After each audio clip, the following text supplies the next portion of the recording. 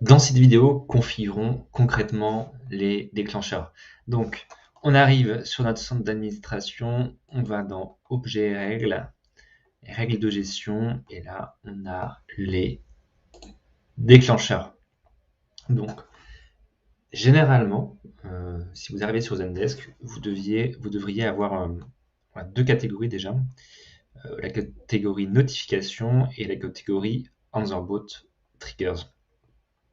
Alors, quand on est au départ de la configuration de Zendesk, on a 7 déclencheurs par défaut et dès le départ, il faut faire un petit peu le ménage.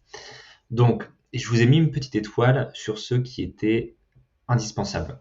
Il y en a 3. Le premier, c'est notifier le demandeur du nouveau ticket proactif.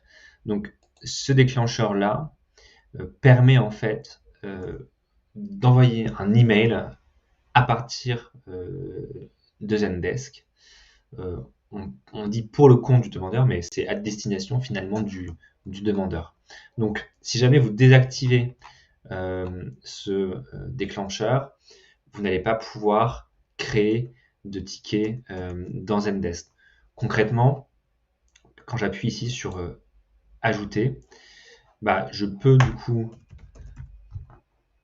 ajouter le demandeur, écrire quelque chose ici, modifier le sujet, l'envoyer en attente ou en résolu en fonction de si on attend ou non une réponse. Et c'est un déclencheur en fait qui va faire partir ce ticket vers l'adresse email du demandeur. Donc, si vous voulez créer des tickets proactifs, il ne faut surtout pas du coup le désactiver. Donc ça c'est le premier. Ensuite, celui-ci est vraiment indispensable, c'est de notifier les demandeurs et les personnes en CC de la mise à jour des commentaires. Donc là, le titre est un peu long, mais globalement c'est quoi? C'est dès que vous allez mettre un ticket à jour, la personne, le demandeur, va recevoir la réponse. Donc pareil, si jamais ce déclencheur-là il est supprimé ou désactivé, Zendesk ne sert plus à rien parce que du coup il n'y a plus rien qui sort de Zendesk. Ensuite, il y en a un troisième. Alors, j'ai mis une petite étoile parce que c'est un déclencheur que je recommande vivement. C'est simplement un message automatique qui part lorsqu'on reçoit une demande d'un client et qui dit simplement que la demande a été reçue et est en cours de traitement par les équipes. C'est important dans un service client pour les users de savoir que la demande a bien été prise en compte. Et donc là, c'est une manière automatique de le faire. C'est vraiment un message d'accusé de réception. Donc là, il n'est pas personnalisé, mais dans les descriptions de la vidéo, je vous mettrai des messages plus sympas et que vous allez pouvoir ajouter vous directement ici. Donc voilà pour les déclencheurs indispensables. Et ensuite, on en a donc 4 autres que moi, je vais vous déconseiller de désactiver. Globalement, c'est quoi? C'est des notifications qui vont partir en interne. Donc, si jamais vous assignez un ticket à un agent, hop, on va le notifier par email qu'un ticket lui a été affecté. Si une demande est reçue dans Zendesk, on va envoyer un message à tous les agents pour dire qu'une demande vient d'arriver. Si il y a une mise à jour qui a été faite par le demandeur, on va également notifier l'assigné de la mise à jour. Si un ticket est réouvert, on va notifier l'assigné. Ce qui fait qu'en fait, je ne sais pas si vous avez 5 agents, dans le même groupe, dès qu'il y a quelque chose qui va se passer dans Zendesk, il va recevoir 5 notifications en tout. Donc, moi, ce que je conseille, dans un premier temps, c'est de tout désactiver. Et après, on le verra dans la configuration classique de base des meilleures pratiques, si vous devez en activer un. Mais globalement, si vos agents passent quasiment 100% du temps dans Zendesk, 80% du temps dans Zendesk, ils n'ont pas besoin d'avoir des notifications dans leur boîte mail pour aller dans Zendesk. Donc dans ce cas-là, il faudra les désactiver. À quel moment ça peut être intéressant? Si par exemple vous avez quelqu'un qui utilise Zendesk, mais ce n'est pas son outil de travail premier, ça peut être intéressant de lui envoyer, par exemple, un email quand un ticket lui est assigné. Dans ce cas-là, hop, il sait qu'il doit aller dans Zendesk et le traiter. Donc ça, c'est intéressant. On a ainsi un deuxième cas où, par exemple, vous notifiez le manager si un ticket est resté sans réponse depuis 48 heures, ce qui permet éventuellement de bien contrôler que tous les tickets soient mis à jour et qu'il n'y ait pas des tickets qui soient un petit peu perdus. On le verra tout à l'heure, mais parfois dans les vues, si elles sont mal configurées, les tickets peuvent être un peu perdus. Donc voilà, il y a des règles à définir, mais on peut faire ça. Donc, dans un premier temps, ce qu'on va faire, c'est les désactiver. Donc c'est assez simple ici. On va cliquer sur désactiver. Donc quand on désactive, on les supprime pas, hein. On les désactive simplement et si besoin, on peut les réactiver. Donc là, on a un message de warning. Effectivement, si on désactive un déclencheur par défaut, ça peut avoir un impact. C'est pas le cas ici avec les 4 qu'on désactive, mais c'est extrêmement vrai pour les 3 qu'on a là avec une étoile. Hop.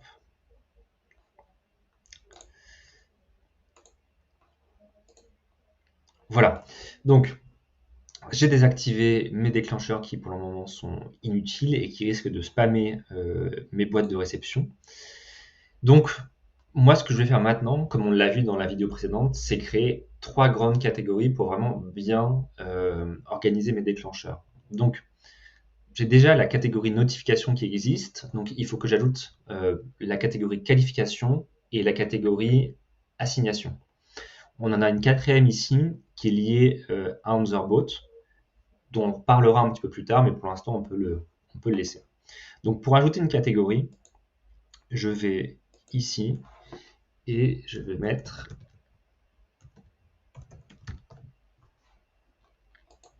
la catégorie qualification.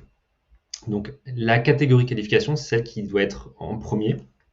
Donc je peux cliquer sur modifier l'ordre et la faire remonter. Ensuite, j'ajoute ma seconde catégorie, qui est ma catégorie assignation. Et celle-ci, je vais également la mettre en deuxième. Donc ce que je pourrais faire, c'est mettre des numéros pour vraiment dire que l'ordre a son importance. Donc voilà pour les catégories et tout de suite, on va attaquer les déclencheurs. On rentre dans le vif du sujet avec les déclencheurs. Alors, j'en ai déjà activé en fait un certain nombre en avance pour pas passer trop de temps face caméra à les faire, mais je vais vous expliquer la logique qu'il y a derrière et aussi je vous mettrai dans la description un document qui va récapituler les déclencheurs que j'ai créés et que vous allez pouvoir réutiliser dans votre instance Zendesk. Donc, le premier point, c'est la qualification. Donc, ce qu'on veut, c'est mettre à jour les priorités du ticket en fonction des informations qu'on a pour le faire. Donc, les priorités du ticket, c'est quoi? C'est quand on est sur un ticket, tout ce qui va se retrouver ici à gauche. Donc, comme on l'a vu dans la partie création de formulaire et création de champ de ticket, ces champs-là sont propres à votre activité et certains sont communs, en fait, on va dire, à toutes les instances Zendesk. Celle qui va être commune à toutes les instances Zendesk, c'est la priorité. Ensuite, on peut avoir aussi les raisons de contact, qui va exister partout, mais qui vont différer à l'intérieur. Et puis moi, j'ai rajouté là, ici, un champ, parce qu'on va dire que mon service client est présent dans plusieurs pays, et ça m'intéresse d'un point de vue statistique, et même pour rediriger après la question vers la bonne équipe, de savoir d'où vient le demandeur en termes de pays. Donc, moi, ce que je veux, avec mes déclencheurs ici, c'est remplir automatiquement tout ce qui se trouve à gauche, de manière automatique, le plus possible. Souvent, on ne pourra pas forcément tout faire, mais si on arrive à automatiser 90% de la qualification, c'est ça en moins pour les agents pour le faire à la main. Donc, j'ai trois grands thèmes ici. J'ai les raisons de contact, le pays, la priorité. Donc, si les clients remplissent le formulaire, la raison de contact, je vais l'avoir automatiquement. Pour autant, c'est quasiment certain que toutes les personnes ne vont pas passer par le formulaire pour faire une demande. Il y aura aussi des emails, il y aura aussi probablement un chat, il y aura potentiellement aussi des réseaux sociaux. Et l'idée, c'est que je puisse quand même définir une raison de contact le maximum possible de manière automatique. Donc, moi, ce que je vais faire, je vais décliner du coup toutes mes raisons de contact et je vais essayer de trouver des conditions qui font que je vais pouvoir assigner une raison de contact. Donc, hyper important quand on crée un déclencheur, de dire quand il s'exécute. Ici, on peut choisir s'il s'exécute à la création ou lors de la mise à jour. Donc nous, on veut définir une raison de contact à la création. Ensuite, on va essayer de trouver les conditions pour dire que ce ticket qui vient d'être créé aura la raison de contact à propos de nous. Donc là, c'est un exemple. Mais comment je peux faire? Je peux faire en allant chercher par exemple le texte du sujet. Donc le sujet, c'est l'objet, donc souvent l'objet du mail. Typiquement, je peux dire que s'il contient tel mot ou s'il contient telle phrase, alors c'est telle raison de contact. Là, je pense à quoi? Je pense par exemple à des clients qui vont répondre peut-être à des emails transactionnels ou de confirmation de commande. Bah, ils vont appuyer sur le bouton répondre et le sujet en fait sera toujours le même. Et en reconnaissant ce sujet-là, on peut facilement définir la raison de contact. Donc, quand le ticket est créé et que le sujet, donc l'objet, contient tel mot ou telle chaîne de mots, on peut aussi aller fouiller dans le corps du texte. Donc ça, c'est sûrement plus lié à des mots-clés, etc. On va pouvoir assigner telle raison de contact. Donc, l'idée, c'est potentiellement, si vous avez, je sais pas, une dizaine de raisons de contact, d'essayer le maximum de l'automatiser, si c'est possible, bien sûr. Si c'est pas possible, c'est pas grave. La raison de contact sera vierge. Ça sera à l'agent de la remplir pour pouvoir faire des statistiques dans le temps. Donc, voilà. Mes déclencheurs ici vont me servir à connaître la raison de contact quand elle n'est pas définie par le client. Ensuite, typiquement, c'est pas forcément le cas pour vous, mais j'ai envie de savoir le pays du client. Donc là, si je prends celui-ci, grâce à ce déclencheur, j'ai envie de savoir les demandes qui viennent d'un client français. Donc pareil, ici quand le ticket est créé et que la langue utilisée est le français, ou par exemple qui m'a écrit à une adresse de support.fr, alors je dis que le pays, c'est la France. Alors, on ne l'a pas vu dans les premiers déclencheurs qu'on a observés, mais il y a deux types de conditions.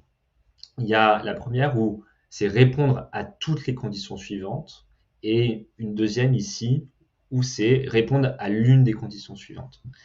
Alors, il faut bien comprendre la subtilité parce que parfois les déclencheurs ne vont pas marcher à cause de ça. Imaginons que je remonte ici la condition langue et reçu à dans répondre à toutes les conditions.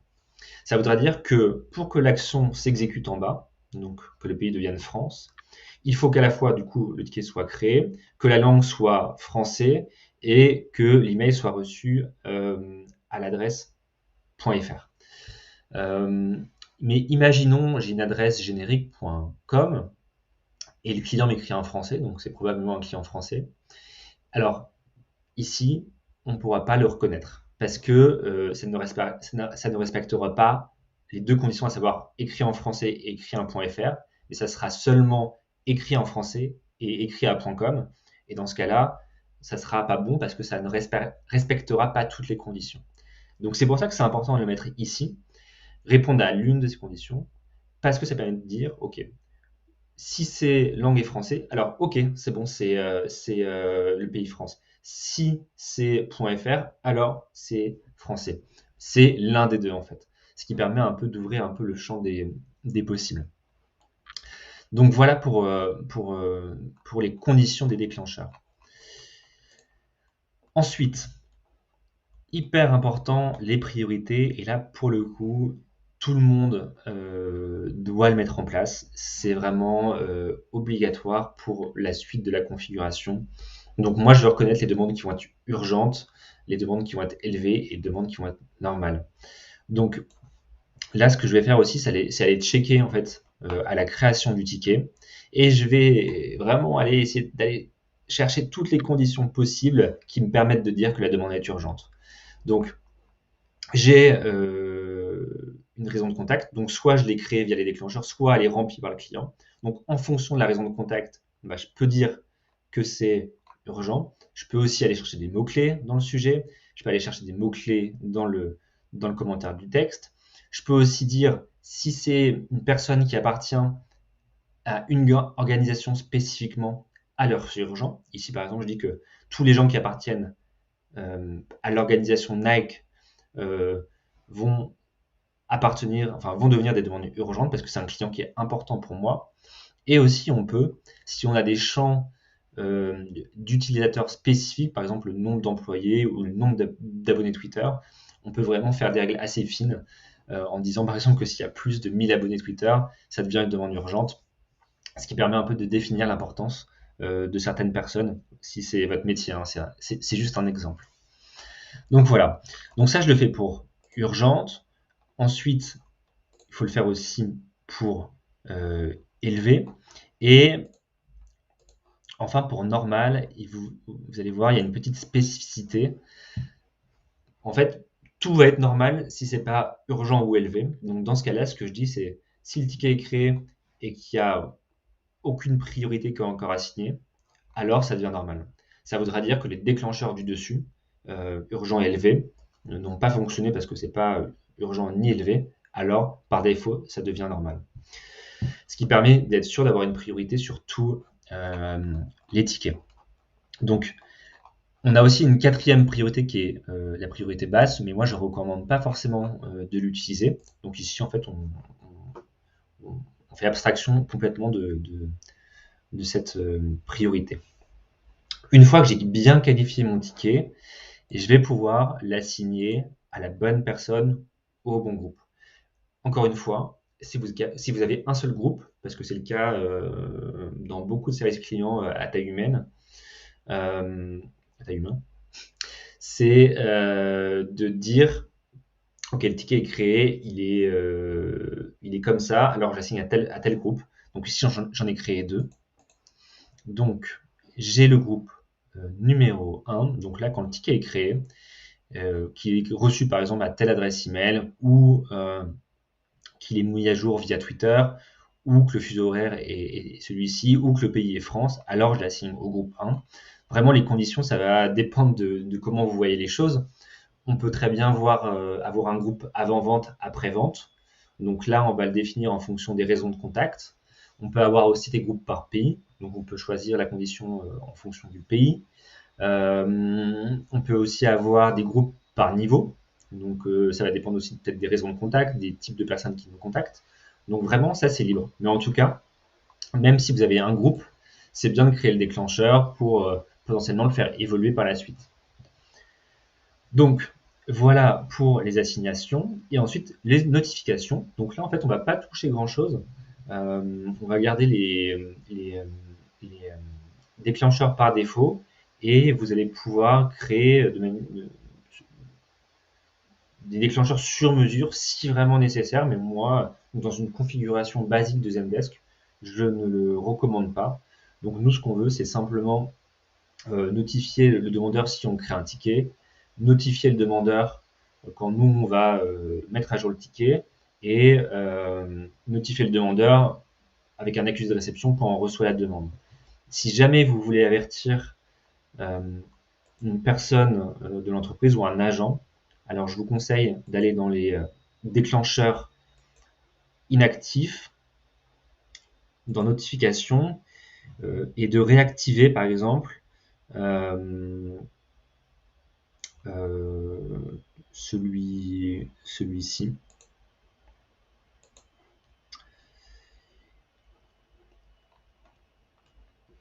Et vous allez pouvoir dire par exemple, OK, si le ticket est mis à jour et que la signée est changée en Edouard Gonnet, donc ça voudra dire que si le ticket est assigné à telle personne, alors cette personne, le nouvel assigné, va recevoir un email.